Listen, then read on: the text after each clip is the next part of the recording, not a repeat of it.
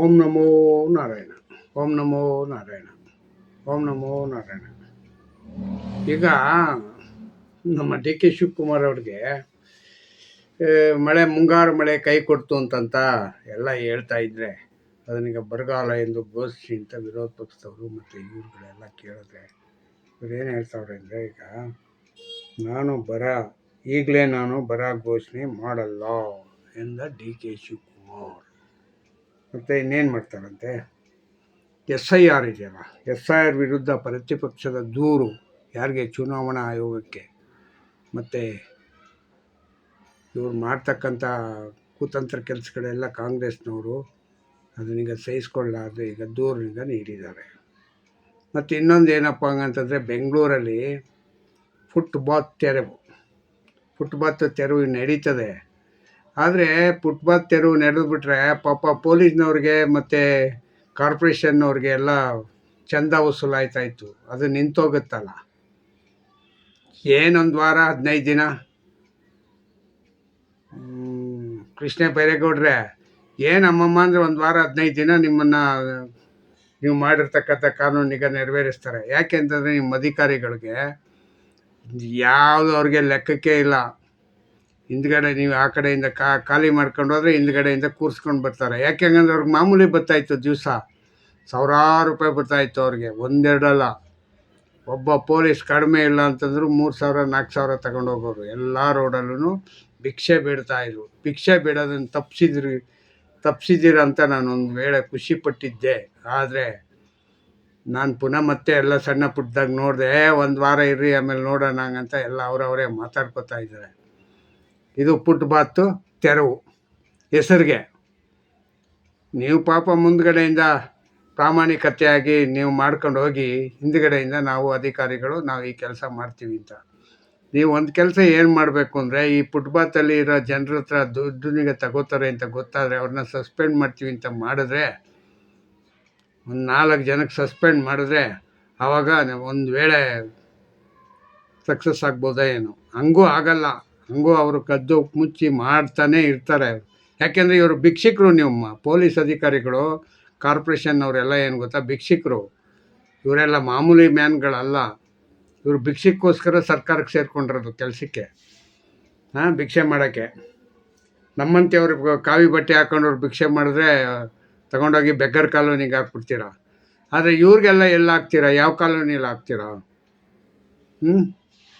ಹೇಳಿ.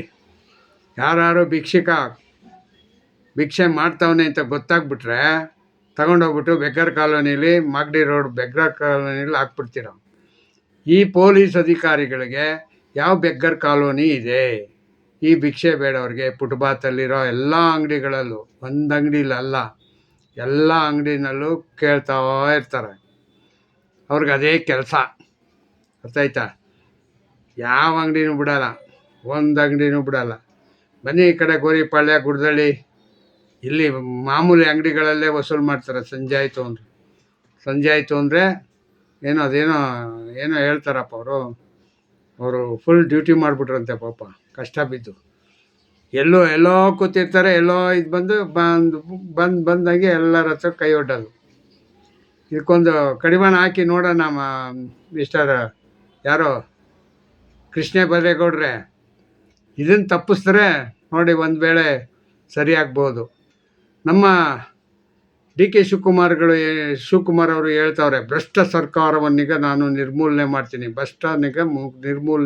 ಅಂತ. ಹೆಂಗೆ? ಬರೀ ಬಾಯಲ್ಲೇನಾ ನಿರ್ಮೂಲನೆ? ಏನು ಇದನ್ನು ಕಾನೂನು ಕ್ರಮ ತಗೊಳ್ಳಂಗಿಲ್ಲ ನೋಡಿ. ಅವರು ಚೆನ್ನೈಯಲ್ಲಿ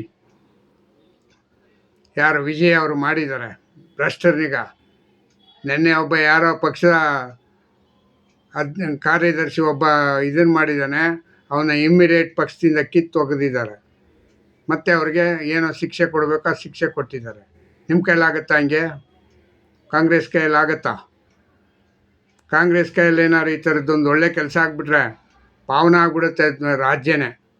ಕರ್ನಾಟಕ ರಾಜ್ಯನೇ ಪಾವನ. ಏನು ಹೇಳಿ? ಕರ್ನಾಟಕ ರಾಜ್ಯ ಪಾವನ ಆಗಿಬಿಡುತ್ತೆ. ಯಾಕೆಂಗಂದ್ರೆ ಕಾಂಗ್ರೆಸ್ನವರು ಭ್ರಷ್ಟರನ್ನೀಗ ನಿರ್ಮೂಲನೆ ಮಾಡ್ತಾರೆ ಅಂದರೆ, ಯಾಕೆಂದರೆ ಅವರೇ ಒರಿಜಿನಲ್ ಭ್ರಷ್ಟರು. ಆ ಒರಿಜಿನಲ್ ಭ್ರಷ್ಟನ್ನ ಹೆಂಗೆ ನಿರ್ಮೂಲನೆ ಮಾಡ್ತಾರೆ ಅಂತ ನನ್ನ ಆಶ್ಚರ್ಯ. ಇನ್ನೇನು ಇಲ್ಲ, ಡಿ ಕೆ ಹೇಳ್ಕೊಂಡು ತಿರ್ಗಾಡ್ತಾವ್ರೆ. ಹೆಂಗೆ ಹೇಳ್ತಾರೆ ಅಂದರೆ ಅವ್ರು ನೋಡ್ಬೇಕು, ಅವ್ರ ಆಟಿಟ್ಯೂಡ್ ಹೇಳುವಾಗ. ಅವ್ರು ಮಾಡ್ತಾರಾ? ಅವ್ರು ಮಾಡಿದ ಮಾತಿಗೆ ಕೇಳ್ತಾರಾ? ಹಾಂ, ಫಸ್ಟ್ ಪೊಲೀಸ್ ಕಮಿಷನರು ಅಧಿಕಾರಿಗಳು ಒಳಗಡೆ ತಿನ್ನೋ ದೊಡ್ಡ ದೊಡ್ಡ ಯಜ್ಞಗಳಿಗೆ ಹಿಡೀರಿ, ಆಮೇಲೆ ಈ ಚಿಲ್ಲರೆ ಯಜ್ಞಗಳು ಆರಾಮಾಗಿ ಅವೇ ಕಮ್ಮಿ ಆಗುತ್ತೆ. ದೊಡ್ಡ ಯಜ್ಞಗಳಿಗೆ ಟ್ರಾನ್ಸ್ಫರು ಅದು ಇದು ಆಳು ಮೂಳು ಅಂತ ಹೇಳ್ಕೊಂಡು ಅವರಲ್ಲೇ ಇದಾಗೋಯ್ತದೆ.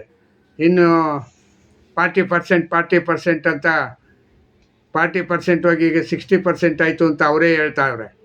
ಯಾರು? ಕಾಂಟ್ರಾಕ್ಟ್ರುಗಳು. ಅವ್ರನ್ನೆಲ್ಲ ನಿಲ್ಲಿಸಿ ನೋಡೋಣ, ಒಂದು ವೇಳೆ ಆವಾಗ ನಮ್ಮ ರಾಜ್ಯ ಸುಧಾರಣೆ ಆಗ್ಬೋದು, ಆವಾಗ ನಮ್ಮ ರಾಜ್ಯದಲ್ಲಿ ಭ್ರಷ್ಟಾಚಾರ ನಿರ್ಮೂಲನೆ ಆಗುತ್ತೆ ಅಂತ ನಾವು ಅನ್ಕೋತೀವಿ. ಅಂಥ ಹುಡುಗ ಇನ್ನೂ ಹುಟ್ಟು ಬಂದಿಲ್ಲ, ನೋಡುವ ಮುಂದೆ ಎಂದಾದ್ರೂ ಇನ್ಯಾವನಾದರೂ ಹುಟ್ತಾನ ಅಂತ. ಭ್ರಷ್ಟ ಅಧಿಕಾರಿಗಳಿಗ ಎಲ್ಲಿವರೆಗೆ ನೀವು ಕಿತ್ತಾಕಲ್ವೋ ಅಲ್ಲಿವರೆಗೂ ರಾಜ್ಯದ ಕೆಲಸ ನೀವೇನೇ ಮಾಡಿದ್ರೂ ಅದು ಪರ್ಮನೆಂಟಾಗಿ ಕೆಲಸ ಆಗಲ್ಲ. ಹೆಂಗಾದರೆ 10% 20% ಕೆಲಸ ಮಾಡ್ತಾರೆ. ಇನ್ನೆಲ್ಲ ನಿಮ್ಗಳಿಗೆ ಹಂಚಕ್ಕೆ ಬೇಕಲ್ಲ ಪಾಪ, ಅವನೇನು ಮಾಡ್ತಾನೆ? ಹಾಗಾಗಿ ಇದು ಭ್ರಷ್ಟರ ನಿರ್ಮೂಲನೆ ಅನ್ನೋದು ಯಾವ ರೀತಿ ಮಾಡ್ತೀರಾ, ಯಾವಾಗ ಈ ಕಾನೂನಿಗೆ ತತ್ತಿರಂಗಂತ ನಮ್ಗೆ ಒಂಚೂರು ಸುಳುವು ಬಿಟ್ಟರೆ ನಾವು ಒಂಚೂರು ಪ್ರಚಾರ ಮಾಡ್ಬೋದು. ಮತ್ತು ಬಡವ ಅಲ್ಪ ಸಂಖ್ಯೇತರ ವಿರುದ್ಧ ಪ್ರತಿಪಕ್ಷ ಕುತಂತ್ರ. ಬಡವ ಅಲ್ಪಸಂಖ್ಯಾತನಿಗ ಕುತಂತ್ರ ಮಾಡ್ತಾ ಇದ್ದಾರಂತೆ ಪ್ರತಿಪಕ್ಷದವರು. ಏನಪ್ಪ ಇದು? ಎಲ್ಲ ಬಡತನ ನಿರ್ಮೂಲನೆ ಅಂತ ಹೇಳ್ತಾ ಇದ್ದೀರ. ನಾನು 40-50 ವರ್ಷದಿಂದ ಕೇಳ್ತಾ ಇದ್ದೀನಿ. ಬಡತನ ನಿರ್ಮೂಲನೆ ಆಗ್ತಾಯಿಲ್ಲ, ಬಡವರ ನಿರ್ಮೂಲನೆ ಆಗ್ತಾಯಿದೆ. ಎಲ್ಲೂ ಯಾವುದೇ ಆದ ಕಾರ್ಯಕ್ರಮದಲ್ಲಿ ಬಡತನ ನಿರ್ಮೂಲನೆ ಆಗಲ್ಲ. ಕಾರಣ ಏನು ಅಂದರೆ ಅವ್ರಿಗೆ ಕೊಡಬೇಕಾಗಿದ್ದ ಸವಲತ್ತುಗಳನ್ನೆಲ್ಲ ನೀವೇ ತಿನ್ಕೊಂಬಿಡ್ತೀರಲ್ಲ, ನೀವೇ ಹಂಚ್ಕೊಂಡ್ಬಿಟ್ಟಿರ್ತೀರಲ್ಲ. ಅಲ್ಲಿಂದ ಇಲ್ಲಿಗೆ ಬರೋ ಅಷ್ಟೊತ್ತಿಗೆ ಏನೂ ಸಿಕ್ಕೋದಿಲ್ಲ. ಇಲ್ಲೇನೋ 10 ರೂಪಾಯಿಗೆ 2 ರೂಪಾಯಿನೋ 1 ರೂಪಾಯಿನೋ ಸಿಕ್ಕರೆ ಅವ್ರು ಏನು ಮಾಡ್ತಾರೆ? ಅವ್ರು ಹೆಂಗೆ ಇದಾಗ್ತಾರೆ? ನೀವು 5 ಗ್ಯಾರಂಟಿ ಕೊಟ್ಟರೆ 5 ಗ್ಯಾರಂಟಿಗಳು ಎಷ್ಟು ಇದಾಗಿದೆ? ಈಗಾಗಲೇ ಗೃಹ ಜ್ಯೋತಿನಲ್ಲಿ ಗೃಹಲಕ್ಷ್ಮಿನಲ್ಲಿ 6,000 ಕೋಟಿ 16,000 ಕೋಟಿ ಫ್ರೀಯಾಗಿ ಹೋಯ್ತಾ ಇದೆ, ಹಂಗಾಯಿತು ಹಿಂಗಾಯಿತು ಅಂತೆಲ್ಲ ಸುದ್ದಿ ಹೇಳ್ತಾ ಇದ್ದೀರಲ್ಲ. ಹಿಂಗೆ ಮಾಡಿದ್ರೆ ಹೆಂಗಾಗುತ್ತೆ? ಬಡವ್ರಿಗೆಲ್ಲಿ ಇದಾಗುತ್ತೆ? ಹರ್ರರಿಗೆ 2,000 ರೂಪಾಯಿ ಅಂತ ಹೇಳ್ತಾ ಇದ್ದೀರ. ಅಲ್ಲ ಅಂತ ಹೆಂಗೆ ಗೊತ್ತಾಯಿತು ನಿಮಗೆ? ಯಾವಾಗ ಗೊತ್ತಾಯಿತು ಅಲ್ಲ ಇವರು ಅಂತ? ಅಲ್ಲಪ್ಪ, ದುಡ್ಡು ಇಸ್ಕೊಳ್ಳೋರೆಲ್ಲ ಹರ್ರರೇ ಕಣ್ರಿ. ಯಾಕೆ ನೀವು ಕೊಟ್ಟರೆ ಅವ್ರು ಈಸ್ಕೊತಾರೆ, ಯಾರು ಈಸ್ಕೊಳ್ಳಲ್ಲ ಅಂತಾರೆ. ಹರ್ರಲ್ಲ ಅನ್ನೋದು ಏನೂ ಇಲ್ಲ. ಇದೆಲ್ಲ ಸುಮ್ಮನೆ ಶುದ್ಧ ನಾಮಕೆ ವಸ್ತೆ ಪಟೇಲ್ರ ಕೆಲಸ. ಈಗ ಏನು ಮಾಡ್ಕೊಂಡಿದ್ದೀರಾ? ಎಷ್ಟು ಜನ ಎಷ್ಟು ಕೋಟಿನೀಗ ಉಳಿಸ್ತಾ ಇದ್ದೀರಾ ನೋಡೋಣ. ಅರ್ಥ ಆಯ್ತಾ? ಎಷ್ಟು ಕೋಟಿ ಉಳಿತದೆ, ಎಷ್ಟು ಕೋಟಿ ಖರ್ಚಾಗುತ್ತೆ, ಎಷ್ಟು ಕೋಟಿನೀಗ ನೀವು ಸಾರ್ವಜನಿಕವಾಗಿ ಕೆಲಸ ಮಾಡ್ತೀರಾ ಅಂತ ನೋಡೋಣ. ಇವರು ಡಿ.ಕೆ. ಶಿವಕುಮಾರ್ ಅವ್ರ ಕಾಲದಲ್ಲಿ ಮುಖ್ಯಮಂತ್ರಿ ಆದಾಗ ಎಷ್ಟು, ಹಂಗಾರೆ ಸಿದ್ದರಾಮಯ್ಯನಿಗೆ 17 ಬಜೆಟ್ ಮಂಡನೆ ಮಾಡಿದರು. ಅವ್ರಿಗಿಂತ ದೊಡ್ಡವರ ನೀವು? 17 ಬಜೆಟು. ನೀವೆಷ್ಟು ಬಡ್ಜೆಟ್ ಮಾಡ್ತೀರಾ? ನೀವಿರೋದು ಇನ್ನು 2 ವರ್ಷ ಅಲ್ವ, 2 ಬಜೆಟ್ ಮಂಡನೆ ಮಾಡ್ತೀರಾ ನೀವು? ಓಕೆ ಮಾಡಿ. ಏನಾದರೂ ಮಾಡಿದ್ರೂ ಒಂದು ಸಾರ್ವಜನಿಕವಾಗಿ ಗುರುತು ಮಾಡ್ತೀನಿ, ಗುಡ್ಡೆ ಹಾಕ್ತೀನಿ, ಗುಡ್ಡೆ ಇಟ್ಟೋಯ್ತೀನಿ ಅಂತಿರಲ್ಲ. ಏನು ಗುಡ್ಡೆ ಇಡ್ತೀರಪ್ಪ? ಯಾವುದು ಈಗ ರೈತರದು ಬಿಡದಿ ಟೌನ್ಶಿಪ್ದು ಗುಡ್ಡೆ ಹಾಕಿದಿರಲ್ಲ, ಅದಂಗೆ ಬಿಡದಿ ಇವರೆಲ್ಲರೂ ಬೇಡ ಹಂಗಂತ, ನೀವು ಬೇಕು ಅಂತ. ಲಾಸ್ಟ್ಗೆ ಏನಾಗ್ಬೋದು? ಹಿಂಗೆ ಇನ್ನೊಂದು ಈಗಲೂ 1 ವರ್ಷ 460 ದಿವಸ 470 ದಿವಸನೂ ಏನೋ ಹೋರಾಟ ಮಾಡವ್ರೆ. ಇನ್ನೂ ಎಷ್ಟು ದಿವಸ ಹೋರಾಟ ಮಾಡಬೇಕು ಅವರು? ಇನ್ನೊಂದಷ್ಟು ದಿವಸದಲ್ಲಿ ಹೋರಾಟ ಮಾಡಿ ಕೈ ಬಿಡ್ತಾರೆ.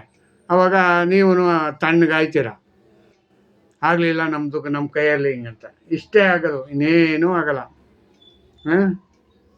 ಬಿಡದಿ ಟೌನ್ಶಿಪ್ ಅಂತ ಮಾಗಡಿ ಯಾರೋ ಬಾಲಕೃಷ್ಣ MLA ಆಗೋಕ್ಕೆ ಲಾಯಕ್ಕಿಲ್ಲ ಅವರು.